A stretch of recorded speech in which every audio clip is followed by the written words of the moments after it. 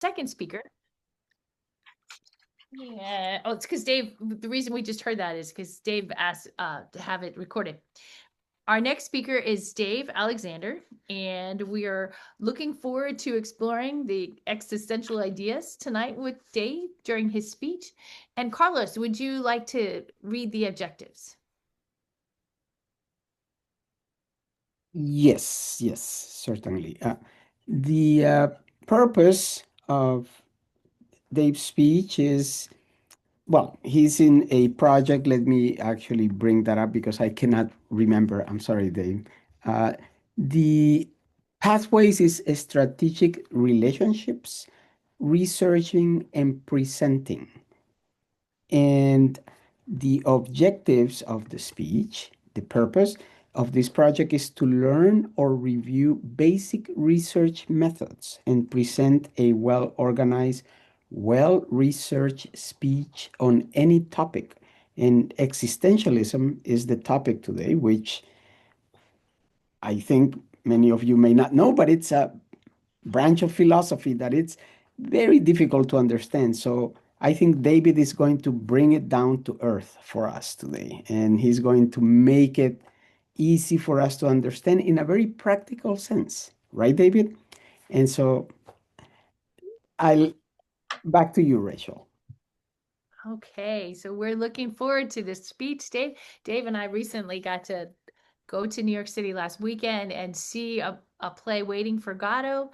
And I think we're going to learn who, based on the title of his speech, who are you waiting for? I'm looking forward, and I'm sure we all are, hearing Dave's ideas on existentialism. Here, here you are, Dave Alexander.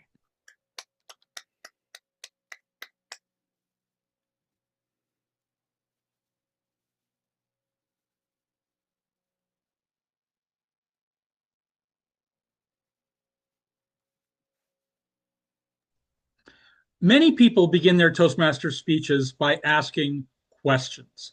They ask the audience a question. This speech will ask, what is the meaning of life? Anyone? Anyone? This is admittedly a difficult question, and many people for many millennia have wrestled with it in many different ways, including religion, science, and philosophy. I'm going to speak today about one of the ways that some people approach the question, which is called existentialism. It falls under the heading of philosophy, I suppose, but it provides a different kind of answer than most philosophers provide. But before I say more about existentialism, let me tell you about the trip that Rachel and I just took to New York City a week and a half ago. With a weekend in the city, we had time to do a lot of fun things, like walking the High Line, visiting the Whitney Museum and the 9/11 Memorial and Museum. And we even stopped by the fire station that they used to film scenes in Ghostbusters. But the main reason we went to New York City was to see a play on Broadway. In 1989, Keanu Reeves and Alex Winter starred in a movie called Bill and Ted's Excellent Adventure about two knuckleheads named Bill and Ted who use and abuse a time machine in order to pass a history class in high school. There are people who do not appreciate this movie, but Rachel and I have always agreed that it is a timeless classic of the cinema. Reeves and Winter reprised their roles twice over the years in 1991's Bill and Ted's Bogus Journey and 2020's Bill and Ted Face the Music. Then, about a year or two ago, Keanu Reeves had an idea. They had remained close friends over the years, and they wanted to work together again, but they did not want to go back to Bill and Ted. So Keanu Reeves came up with the idea of them performing together in Samuel Beckett's existentialist play, Waiting for Godot, on Broadway. When I heard over the summer that Bill and Ted were coming to Broadway, I said to Rachel, we are going to New York City. and I promptly bought tickets. The play was written by an Irishman named Samuel Beckett, first in French and then translated by him into English. The play is both simple and confusing. There are two main characters, Vladimir, played by Alex Winter, and Estragon, played by Keanu Reeves, and they wait for Godot. They have been promised that Godot is coming that evening, and they are determined to be there when he arrives. They pass the time by talking, arguing, joking, and even considering whether to leave or even end their lives. But they never do.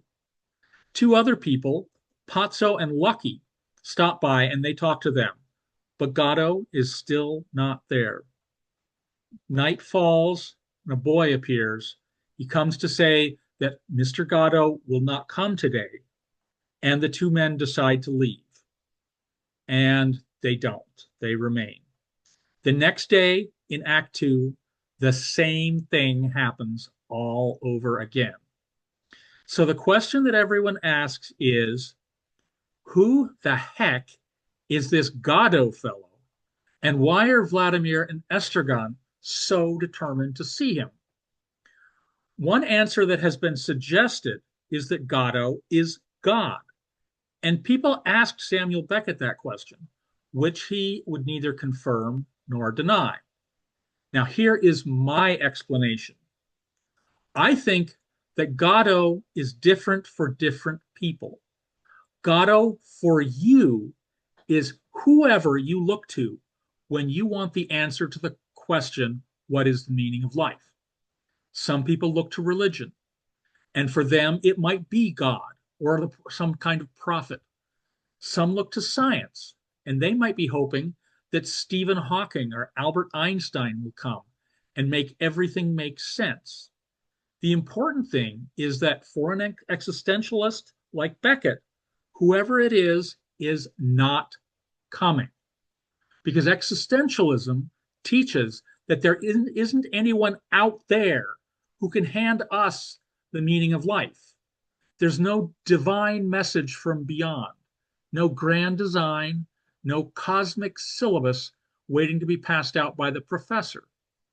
Instead, each of us has to create meaning for ourselves through our choices, our actions, and our relationships with others. Now, that may sound bleak, but it could be worse because it is not nihilism. Nihilism says that life has no meaning at all. Existentialism says that meaning doesn't come with life. It's something we have to make for ourselves. We may be waiting for Godot to tell us what it's all about, but the truth, as Beckett suggests, is that Godot never arrives. We have to decide for ourselves what makes our time on this earth worthwhile.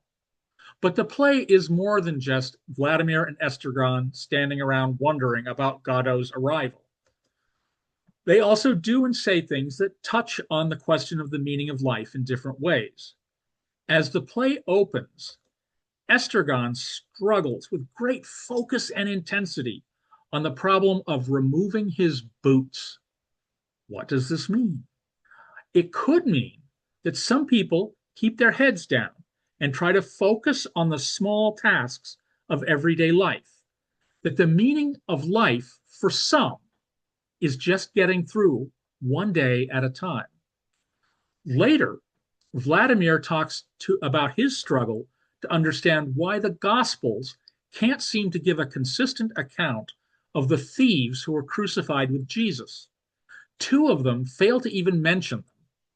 One mentions them, but leaves us with no information about what is to become of them. And only one mentions that one of them spoke to Jesus and was assured of salvation.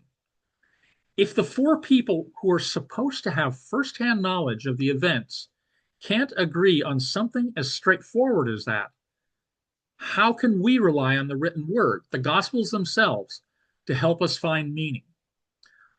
Later, Pazzo tells Lucky to think. Think, pig, he shouts. And Lucky responds, Lucky's response is a rapid-fire speech of about 700 words, which sounds, at first, just first listening, like the product of a great deal of thought. But it is absolute nonsense when you listen closely. So maybe it isn't possible for us to think our way to a solution to the problem. Finally, Vladimir and Estragon contemplate suicide, but even that is not possible because neither has a piece of rope. If only Godot would arrive and straighten everything out, Godot could take away all their difficulties. Godot could help Estragon with his boots. Godot could give a definitive answer to the number of thieves. Godot could help us all straighten out our thinking. Godot could explain to us why suicide is or is not the answer. Godot could do all these things for us, but he won't because, sad to say, Godot will never come. Fellow Toastmasters.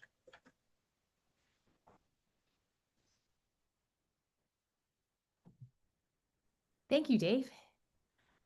Thank you for that very thought-provoking speech tonight. It was very helpful, especially for some.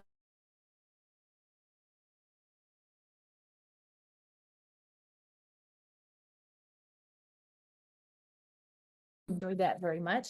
Next, we are going to hear from